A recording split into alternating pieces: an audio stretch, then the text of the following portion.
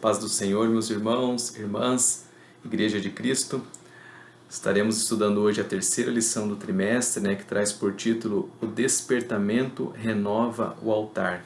Uma lição muito importante, ela traz aí um contexto bem relevante em relação ao altar no Antigo Testamento, que ele representava, no Novo Testamento, nos nossos dias atuais aí também, e tem uma aplicação pessoal muito importante aqui que dá para a gente trazer também como reflexão e que com certeza nos ajudará aí a estarmos cada vez mais aptos, aos pés de Cristo, à presença do Senhor e em comunhão com Deus, tá certo? Inclusive, uma das perguntas que nós responderemos durante a nossa lição de hoje, durante esse estudo, em relação ao altar, o que representa Cristo hoje para nós? É uma pergunta bem interessante e eu tenho certeza que essa lição ela nos ajudará muito aí na reflexão sobre esse ponto. O nosso texto áureo ele encontra-se em 1 Reis, capítulo 18, versículo 30, e ele diz assim: Então Elias disse a todo o povo: Chegai-vos a mim. E todo o povo se chegou a ele. E reparou o altar do Senhor, que estava quebrado. Irmãos, antes até da gente entrar na parte teológica, que a lição nos conduz para esse lado, tem uma aplicação também pessoal muito importante aqui, quando a gente fala de altar, de consertarmos o nosso altar. E o consertar o altar nesse momento, reparar as arestas, as pedras que caíram desse altar, limpar as cinzas, aquela brasa antiga que ficou jogada ali dentro, de algum outro momento onde a chama de Cristo brilhou fortemente. O consertar o altar nesse momento é nos colocarmos aos pés de Cristo, pedir perdão pelas nossas falhas, E esse conserto do altar, ele é constante. Nós fazemos isso de uma forma, isso é cíclico. E é claro que quanto mais você faz manutenção, óbvio que diminui a quantidade de trabalho que a gente tem que fazer para que aquele altar ele esteja apto a oferecer um sacrifício a Deus. E quando nos colocamos nessa condição de reconhecer as nossas falhas diariamente, e nós falamos isso numa outra aula no trimestre passado, que a salvação, nós fazemos manutenção da nossa salvação diariamente, nos colocamos aos pés de Cristo, está muito relacionado à manutenção desse altar.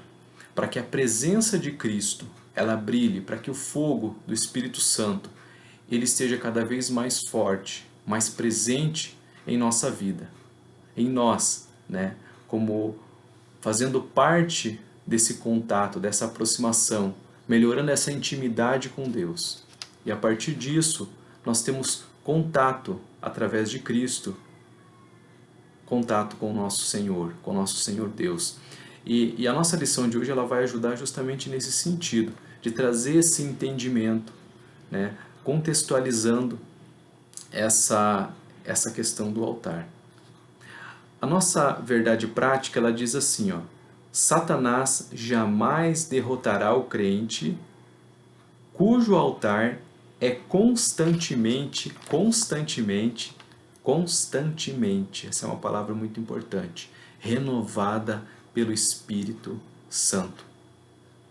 E para que esse altar ele seja constantemente renovado pelo Espírito Santo, essas atitudes antes do renovo, elas são intrínsecas, elas estão ligadas diretamente a nós, a mim e a você, em tomar decisões, tomar atitudes, de mostrar que de fato eu quero receber essa graça do Senhor, cuidando dos detalhes do nosso viver diário, nos colocando mais à presença do Senhor. A partir disso nós vamos preparando esse altar para que a presença do Espírito Santo ela desça cada vez mais sobre a nossa vida, nos torne consciente de erros que nós de repente não temos consciência muitas vezes, e que esse processo de santificação ele aconteça cada vez mais na nossa vida. É uma aula muito gloriosa, muito abençoada e com certeza ela nos faz refletir cada vez mais sobre a qualidade da nossa espiritualidade e do nosso relacionamento com Cristo. A nossa leitura bíblica em classe, eu vou destacar alguns versículos aqui que estão envolvidos diretamente aqui na nossa lição, e você pode acompanhar a leitura na lição ou lá em Esdras, capítulo 3, do versículo 2 ao 5 e o versículo 10 ao 13. O que nós vamos destacar aqui nessa primeira leitura bíblica em classe é o versículo 2 e o versículo 3, que diz assim: E levantou-se Jesuá, filho de Josadaque, e seus irmãos, os sacerdotes, e Zorobabel, filho de Sealtiel. E seus irmãos edificaram o altar do Deus de Israel, para oferecerem sobre ele holocaustos, como está escrito na lei de Moisés, o homem de Deus. Versículo 3. E firmaram o altar sobre as suas bases, porque o terror estava sobre eles, por causa dos povos das terras, e ofereceram sobre eles holocaustos ao Senhor, holocaustos de manhã e de tarde. Olha que interessante, eles não chegam oferecendo o sacrifício, eles preparam o altar. E tem uma lição muito interessante que nós vamos colocar em alguns exemplos mais à frente, sobre essa questão do altar, tanto lá no Antigo Testamento, né, do que representava, que era justamente esse ponto de comunhão dos judeus com Deus, era feito através do altar e dos sacrifícios que eram apresentados através desse altar. E tem algumas reflexões muito importantes que nós veremos mais à frente. Muito bem, e a intenção, irmãos, irmãos e irmãs, é que possamos identificar, né, o que caracteriza o verdadeiro despertamento espiritual. Também desmistificando algumas falácias, né, algumas situações que infelizmente levam o povo muitas vezes até a errar, a estar até mais distante dos caminhos de Cristo e de uma forma leiga, né, sem muito entendimento. Muito bem, e nós vamos estudar aí o significado, né, do altar para o Antigo Pacto, ter um entendimento muito maior aí de que Cristo é o centro da nossa comunhão com Deus, né? E também que nem todos os despertamentos de hoje têm as características mencionadas de um verdadeiro despertamento espiritual, tá certo? Irmãos, tem muita coisa boa, muita coisa importante para a gente destacar aqui hoje. E para a gente iniciar aqui agora a nossa primeira parte, né, falando um pouquinho sobre a reconquista da terra de Israel, ela não foi uma tarefa fácil, né? Além da incompreensão dos povos vizinhos, os líderes judaicos enfrentaram a descrença do povo. Como agir numa situação tão difícil, né? Confiar nas providências de Deus não é uma tarefa fácil, mas era a opção que esse povo tinha. Só que mesmo essa sendo a nossa única opção, tem muita gente que não confia, certo? E nós precisamos demonstrar isso através de atitudes, de que de fato nós confiamos em Deus, assim como o povo de Israel. Então qual foi a atitude deles nessa demonstração de confiança? Eles ergueram um altar e ofereceram sacrifícios de acordo com o que a lei de Moisés prescreve, né? Então aqui eles tiveram uma grande iniciativa para que essa adoração e através da adoração esse relacionamento com Deus ele fosse renovado. Dessa forma, né,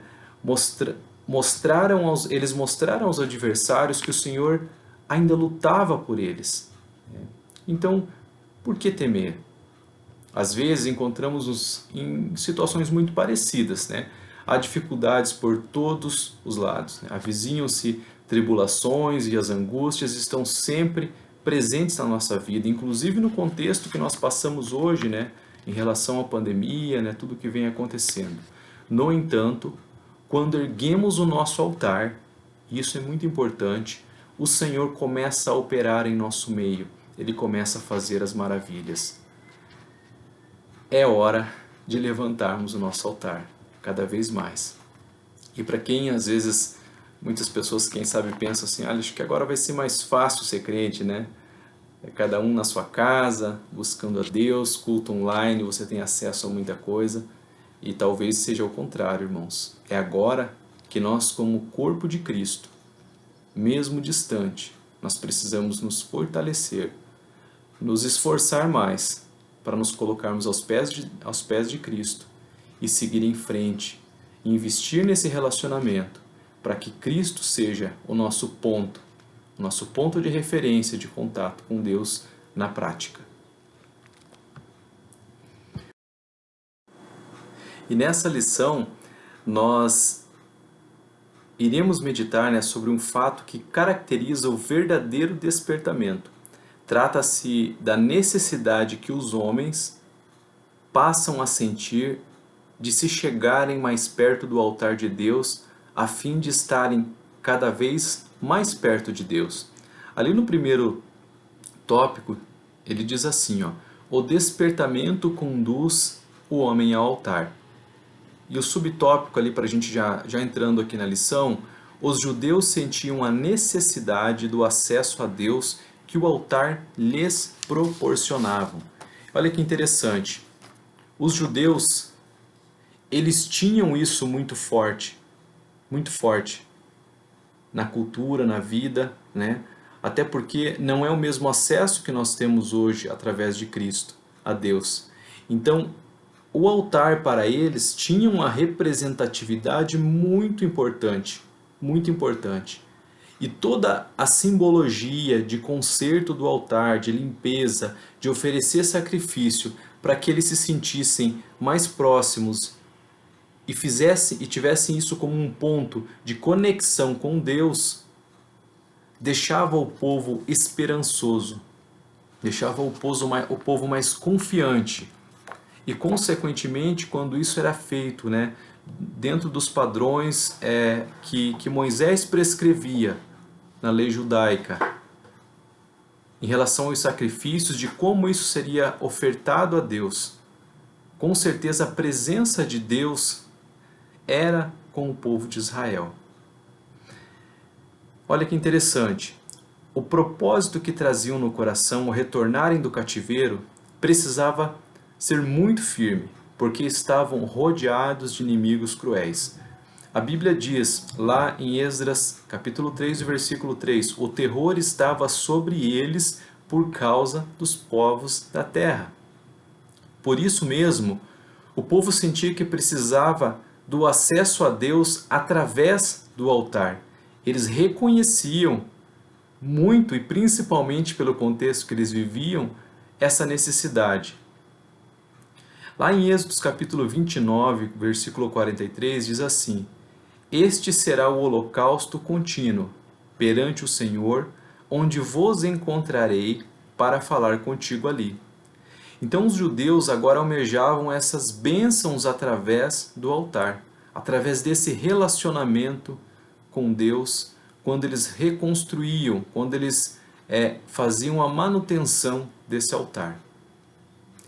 E trazendo para os nossos dias atuais, não é diferente quando nós, é claro que a intenção, né, não é fazer nenhum tipo de barganha, mas automaticamente quando nós nos colocamos aos pés de Cristo e consertamos o nosso altar para renovar, reestabelecer a nossa comunhão e fortalecer o nosso processo de santificação, automaticamente nós temos acesso às muitas bênçãos do Senhor e bênçãos espirituais, né? Principalmente a que nos dá um norte importante em relação à salvação. No subtópico 2 diz assim, todos os despertamentos genuínos começam com a restauração do altar. E aqui tem alguns exemplos bem importantes. Ó. No tempo do profeta Elias, né, nos dias do rei Acabe, Lá em 1 Reis, capítulo 18, versículo 16 ao 40, no confronto com os profetas de Baal, a primeira coisa que Elias fez foi reparar o altar, que estava danificado, quebrado. Lá em 1 Reis, capítulo 18, versículo 30. Depois que ele consertou o altar, ele sacrificou sobre ele e orou a Deus. Após ele orar, o que aconteceu? O fogo desceu e o povo exclamou: só o Senhor é Deus. E olha que interessante, irmãos. Nós temos aqui um processo de santificação pessoal, né? Quando eu faço esse conserto do altar. Quando eu conserto o meu altar, que é o reconhecimento, né, das minhas fraquezas, das minhas limitações, eu começo a oferecer a minha adoração a Deus. Quando eu ofereço o meu sacrifício, a minha adoração, me colocando à disposição de Cristo, Deus responde com a sua presença, com a sua graça maravilhosa. E o mais interessante, um quarto passo aqui dentro desse processo, se assim podemos dizer, e inclusive está ali na lição, ó, que o povo exclamou, só o Senhor é Deus. É que as pessoas que estão à nossa volta, elas começam a reconhecer Cristo através da nossa vida. E aqui tem um viés muito importante, evangelístico aqui, de transmitirmos às pessoas as maravilhas de Cristo através daquilo que nós estamos buscando com Deus. Então isso não fica somente conosco, como foi na situação de Elias e os profetas de Baal, né? O povo todo exclamou, só o Senhor é Deus. Imagine quantas pessoas de repente podem glorificar a Deus através da sua vida, né? Por verem, presenciarem, constatarem atitudes que estejam sempre em linha, muito aderentes com a palavra de Deus, vendo o poder de Deus agindo na sua vida e você sendo um canal de bênção. Olha que maravilha.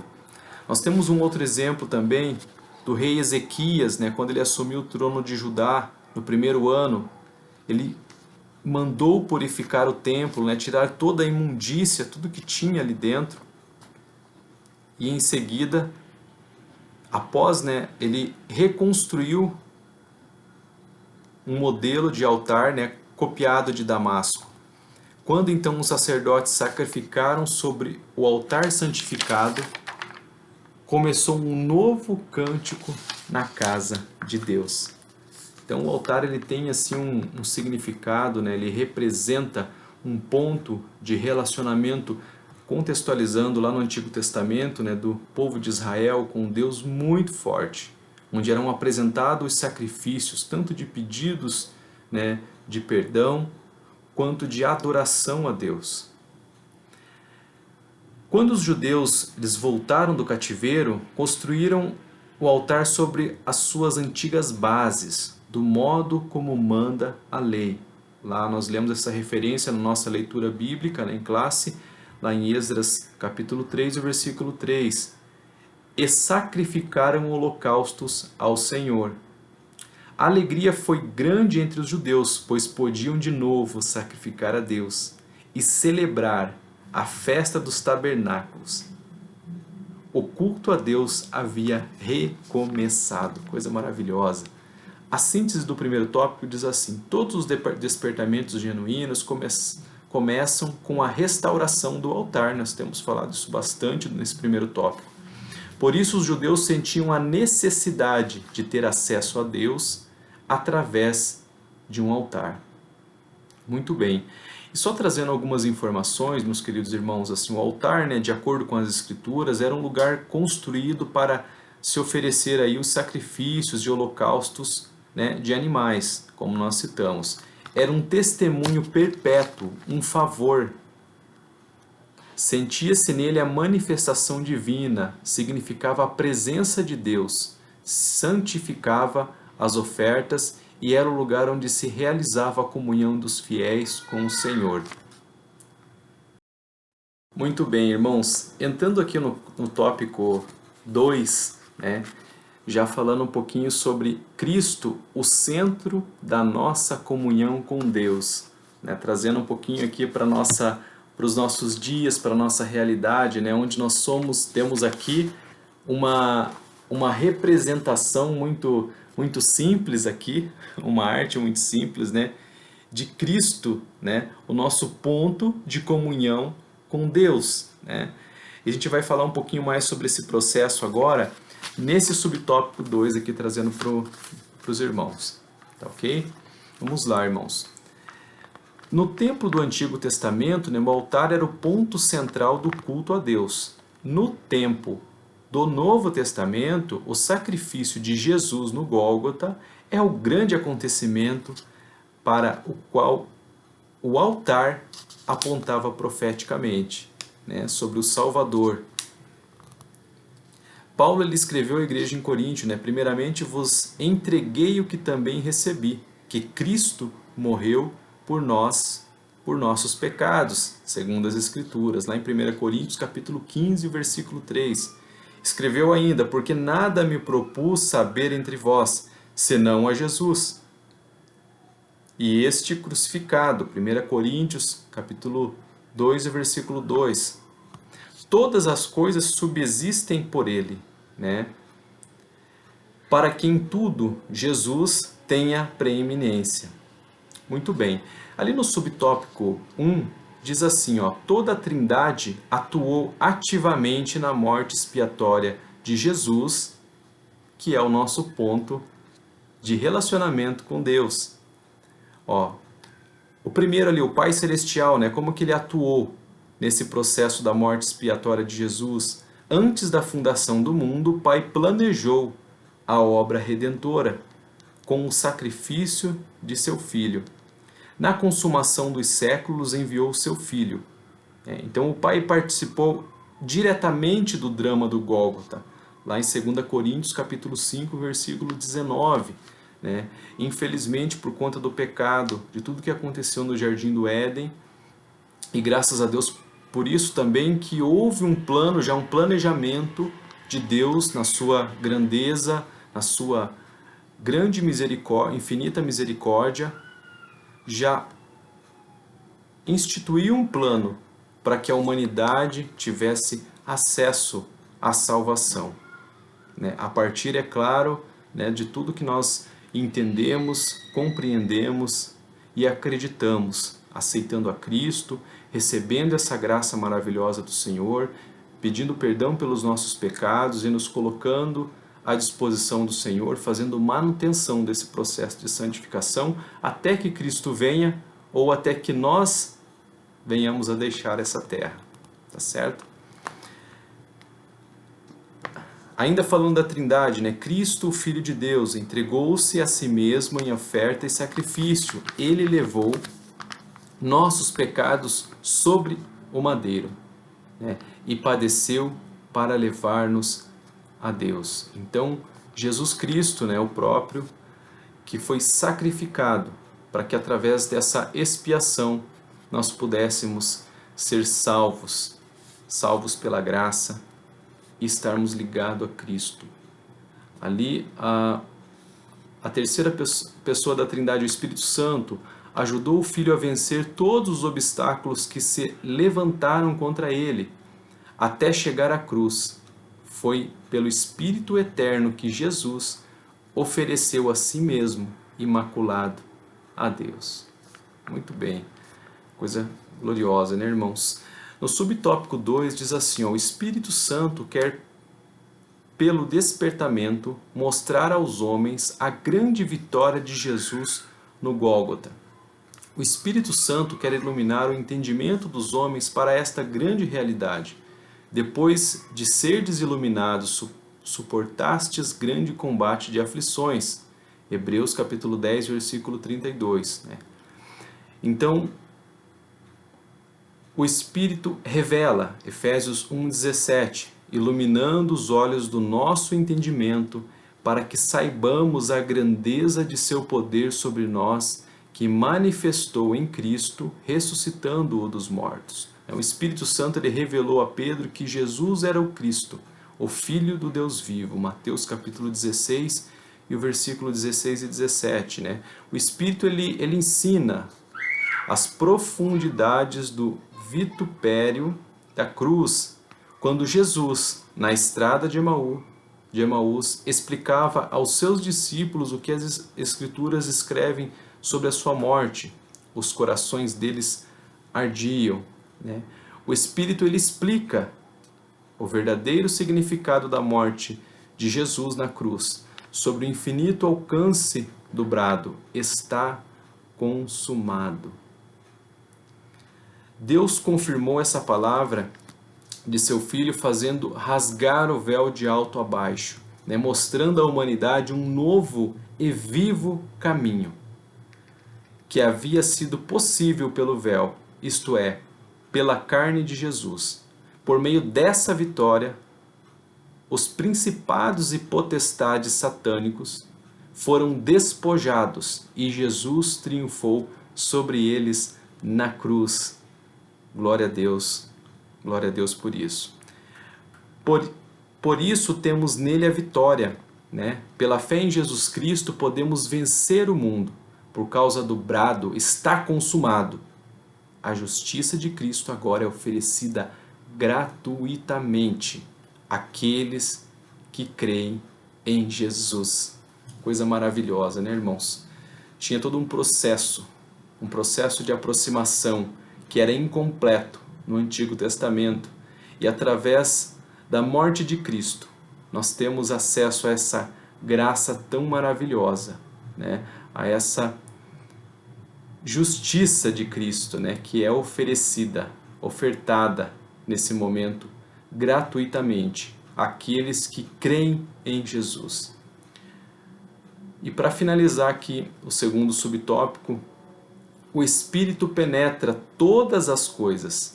A luz da glória que Cristo, revelada na cruz, é uma luz que tudo manifesta.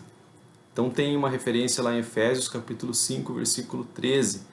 Quando esta luz ilumina o painel da nossa consciência, como aconteceu com o profeta Isaías, sentimos o grande peso dos nossos pecados. E pelo Espírito Santo somos despertados e levados ao arrependimento. Olha que maravilha! Então nós somos conscientizados, né? E quando estamos sensíveis, quando não temos a nossa mente cauterizada, estamos sensíveis à voz do Senhor, estamos consertando o nosso altar, demonstrando atitude: Senhor, me perdoa, me coloco na sua presença, Senhor, eu quero que minha vida melhore a cada dia. Quando eu me coloco aos pés de Cristo, né, com atitudes muito parecidas como essa, eu começo a me aproximar mais de Deus. E automaticamente o Espírito Santo ele começa a trazer à minha consciência o que eu preciso melhorar nesse processo para que o meu relacionamento ele seja cada vez melhor com Deus. E quanto mais próximo de Cristo, e aí não é somente ser um discípulo de Cristo, mas sim ter intimidade com Ele, e não são todos que provam dessa intimidade, porque isso é necessário renúncias, é necessário sacrifício, é necessário nos colocarmos aos pés do Senhor, para que esse relacionamento ele seja cada vez mais próximo, mais afinado, mais íntimo, e possamos ouvir cada vez mais a voz do Espírito Santo, do nosso amigo maravilhoso. Muito bem, a síntese do tópico 2. No Novo Testamento, Cristo tornou-se o centro da nossa comunhão com Deus, através de sua morte expiatória, trazendo redenção a todos os homens. Não temos mais o altar como nosso ponto central de culto a Deus, como no Antigo Testamento, né? Nós temos Cristo, o véu se rasgou e passamos a ter acesso a essa graça tão maravilhosa e esse relacionamento mais próximo com Deus. Muito bem. A última parte, a parte 3 da nossa lição, cuidado com as imitações. E aqui, irmãos, tem orientações muito importantes, né? Alguns dizem que nem todos os despertamentos de hoje têm as características que são mencionadas nessa lição. Concordamos plenamente. Já no tempo dos apóstolos havia movimentos que realmente tinham, né? E Paulo ele cita muito isso nas suas cartas, tanto que é uma preocupação muito grande de Paulo com as igrejas para que elas se estabelecessem e passando orientações muito sérias assim, diretivas mesmo, para que a igreja não caísse em falácias, né? Para que a igreja não fosse enganada, né? Por ventos que passam. O Paulo menciona também em umas de suas cartas também, para que não sejamos levados, né, como meninos inocentes, né? Mas para que estejamos com a nossa fé firmada em Cristo.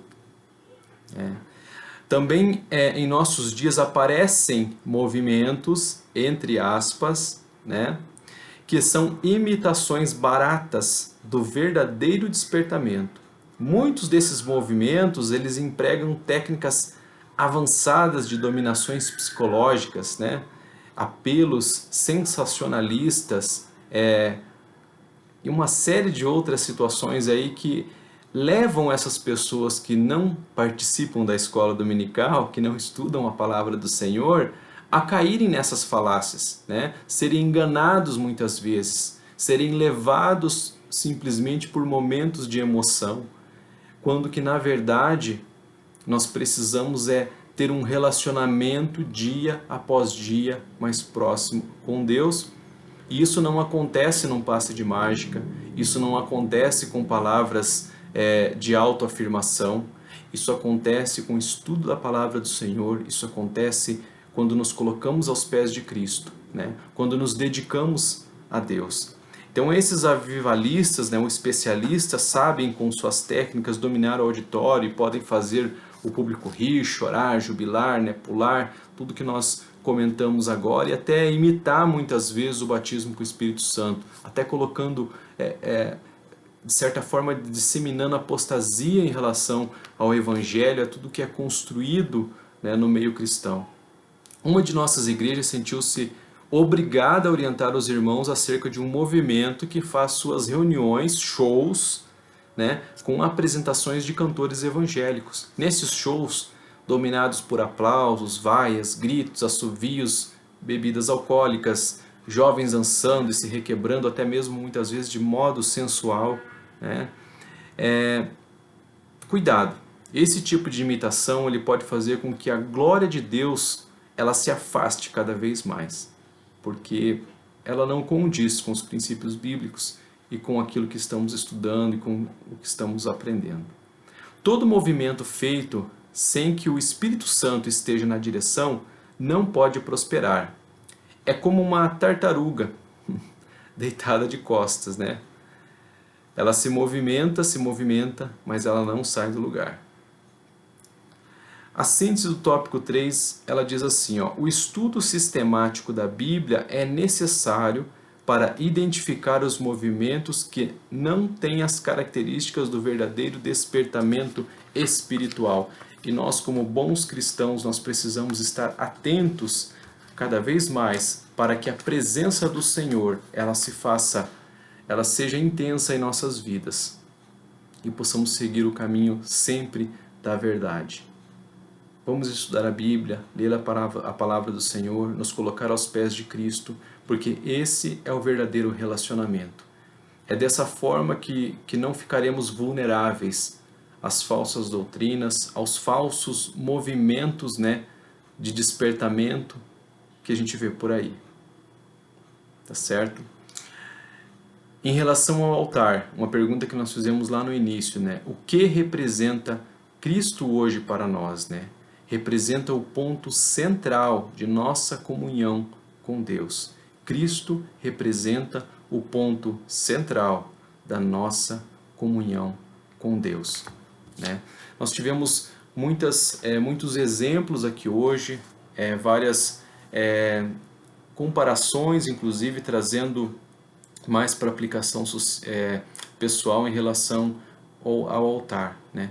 Que possamos cuidar do nosso altar, fazer manutenção, e nós precisamos cuidar dele frequentemente. É como um carro que precisa de manutenção, é como uma casa que precisa de limpeza, né, com certa frequência. Assim é o nosso altar. Nós precisamos, em todo momento, fazer manutenção dele, para que possamos oferecer o nosso sacrifício de adoração, a nossa comunhão com Cristo. E, consequentemente, Ele responderá com a sua presença maravilhosa, com o fogo do céu, né? Nos aproximando cada vez mais de Deus. Irmãos, que Deus venha nos abençoar. Muito obrigado pela atenção dos irmãos. Eu tenho certeza, para mim, essa aula ela tem sido maravilhosa. Com certeza tem me ensinado muita coisa e por mais que já saibamos que estejamos, né, na igreja há muito tempo, é sempre importante fazermos manutenção desse conhecimento também, para que possamos trazer mais à nossa consciência pontos que a gente pode melhorar para estar mais próximos de Cristo. Deus abençoe a todos. Fabiano, a toda a direção da IBD, muito obrigado por mais essa oportunidade de estar compartilhando um pouquinho com os irmãos e aprendendo muito. Deus abençoe a todos. Uma ótima semana.